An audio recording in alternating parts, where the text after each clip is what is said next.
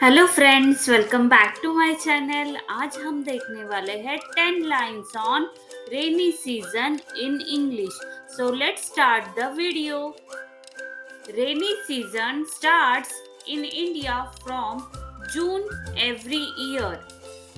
In India, the rainy season is known as monsoon season.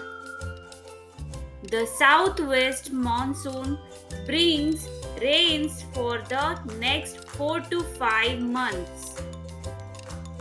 It provides relief from hot summer days.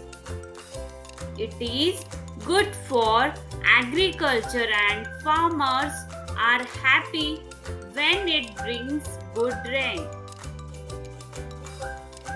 Farmers sowed kharif crops in this season. India receives 90% of rainfall in this period.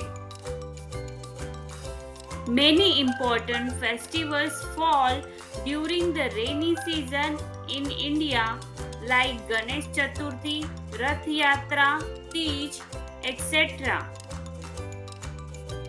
Government is focusing on water harvesting during this period. Many small check dams, lakes, ponds, etc. were made before the rainy season to store rainwater. Climate change is affecting rainfalls. It brings excess rainfall in some area and drought in another area.